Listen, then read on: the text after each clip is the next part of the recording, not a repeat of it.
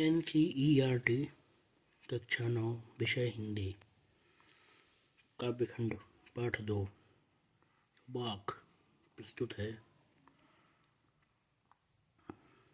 इसकी रचयिता ललद्दद हैं जो कि कश्मीरी कवयित्री हैं। रस्सी कच्चे धागे की खींच रही मैं नाव, जाने कब सुन मेरी पुकार, करें देव भवसागर पार। पानी टपके कच्चे सकोरे, व्यर्थ प्रयास हो रहे मेरे, जी में उठती रहा हूक, घर जाने की चाह है घेरे। प्रस्तुत प्रथम वाक्य में कवित्री ने कहा है कि रस्सी कच्चे धागे की खींच रही मैं नाव। मैं इस संसार में उसी प्रकार से नश्वर जीवन को व्यतीत कर रही हूँ जैसे मानो किसी कच्चे धागे की रस्सी से मैं किसी नाव को खींचने का प्रयास कर रही हूँ। जैसे कच्चे धागे की रस्सी से नाव को नहीं खींचा जा सकता है, उसी प्रकार से इन नश्वर सांसारिक संसाधनों के द्वारा ईश्वर को नहीं प्राप्त किया जा सकता है। जाने कब सुन मेरी पुकार, करें देव सागर पार। पता नहीं कब देव अर्थात भगवान ईश्वर मेरी पुकार सुन करके मुझको इस संसार रूपी सागर से पार निकालेंगे। पानी टपके कच्चे सकोरे, व्यर्थ प्रयास हो रहे मेरे, तथा इससे हित किए जाने वाले मेरे समस्त प्रयास उसी प्रकार से व्यर्थ हो रहे हैं जैसे मिट्टी के कच्चे बर्तन में पानी गिरना व्यर्थ होता है।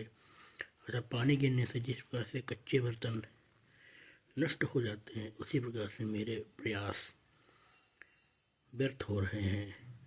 ये मैं उठती रहा हूँ, घर जाने की चाह घेरे, परंतु मेरे घर में घर जाने की चाह अर्थात परमात्मा से मिलने की इच्छा प्रबल होती जा रही है और मेरे मन में निरंतर यही भावना विकसित हो रही है। खा कर कुछ पाएगा नहीं, ना खाकर बनेगा अहंकारी, सम खा तभी होगा संभावी, खुलेगी साँख बंद द्वार की। प्रस्तुत द्वितीय पद्य में कवित्री ने यह उपदेश दिया है कि इस संसार में जो लोग आत्मनियंत्रित होने का दंभ करते हैं उनको कोई भी सफलता नहीं मिलती है, तथा जो सांसारिक भोग विलासों में लिप्त हैं उनको भी कोई सफलता नहीं मिलती है। खा कर कुछ पाएगा नहीं। कवित्री ने कहा कि इस संसार में भोग विलास में लिप्त होकर के हे मनुष्य तू कुछ भी नहीं प्राप्त कर सकेगा। ना खाकर बनेगा अहंकारी और सर्वस्व त्याग देने पर भी तू अहंकारी बन जाएगा कि तू इतना निर्लिप्त है। समखा तभी होगा संभावी, अपितु मनुष्य को इस संसार में समभाव से यथोचित रूप से ही सांसारिक संसाधनों का उपभोग करना चाहिए। खुलेगी साँख कलबंद द्वार की, और इस प्रकार से उसके बंद बुद्ध रूपी द्वार की सांकल खुलेगी अर्थात उसकी मुक्ति का मार्ग प्रशस्त होगा।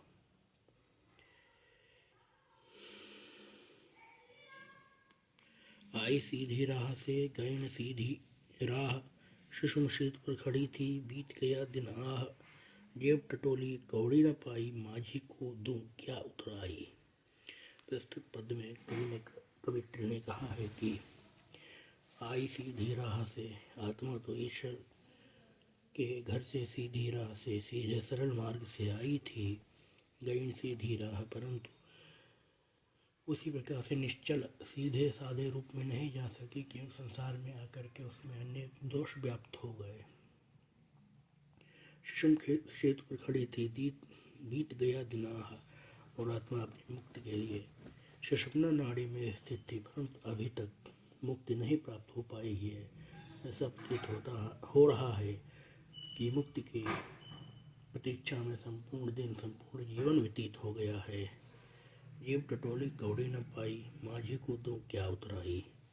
और जब उसको मुक्ति मिल गई तब उसने नाव से नदी को पार करने वाले यात्री के समान ईश्वर को उतराई अर्थात उतरने का किराया देना चाहा, परंतु उसने स्वयं को इस विषय में असमर्थ पाया कि वह ईश्वर के परोपकार का बदला नहीं चुका सकते, प्रत्युपकार नहीं कर सकते।